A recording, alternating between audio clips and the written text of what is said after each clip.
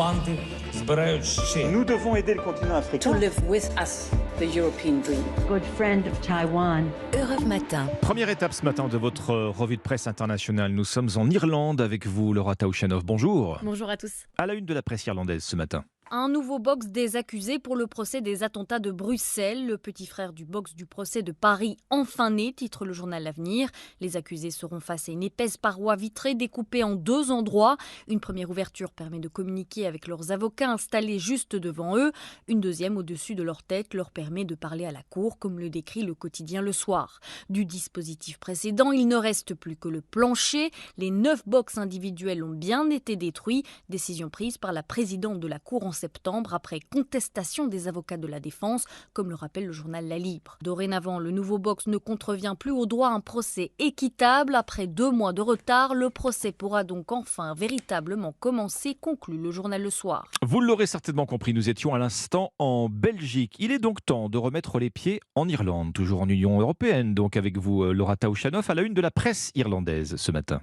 Eh bien, la fermeture des petites boucheries indépendantes à cause de la crise énergétique. Selon The Independent, une boucherie ferme tous les 3 jours depuis le début du mois de novembre. Il faut dire que c'est une activité très énergivore. Les vitrines et les chambres froides tournent presque constamment.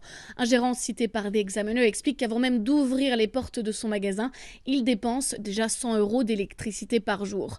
Résultat, les bouchers n'arrivent plus à faire face à l'inflation. Certaines factures auraient explosé de plus de 300%. C'est ce que disent les chiffres publié dans l'Irish Times. Un autre commerçant interviewé par le quotidien explique avoir augmenté les prix de vente, plus 50% pour le poulet, plus 30% pour le bœuf, en mettant un mot d'excuse sur la devanture. Mais cela n'a pas suffi, il n'arrivait plus à payer ses 6 salariés. Partons enfin pour Israël avec notre correspondante Ariane Ménage. Ariane, de quoi parle la presse israélienne ce jeudi ? Du double attentat à la bombe à Jérusalem, des scènes qui rappellent celles de la seconde intifada au début des années 2000, commente le quotidien Haaretz. Dans ses colonnes, le Yediot Aharonot détaille le déroulé des événements. Hier matin, à environ 30 minutes d'intervalle, 2 explosions devant des arrêts de bus à l'ouest de la ville font au moins 1 mort et plus d'une vingtaine de blessés. À ce stade, ces attaques ont certes été saluées par le mouvement palestinien Hamas, mais pas revendiquées, souligne le Time of Israel. Les réactions politiques, elles n'ont pas tardé. Les leaders d'extrême droite ultranationalistes multiplient les appels pour la formation rapide d'un gouvernement autour de Benjamin Netanyahou, nous apprend Maariv, un gouvernement dont ils seraient des acteurs clés. Merci Ariane Ménage, merci à nos correspondantes. 6h55, bienvenue sur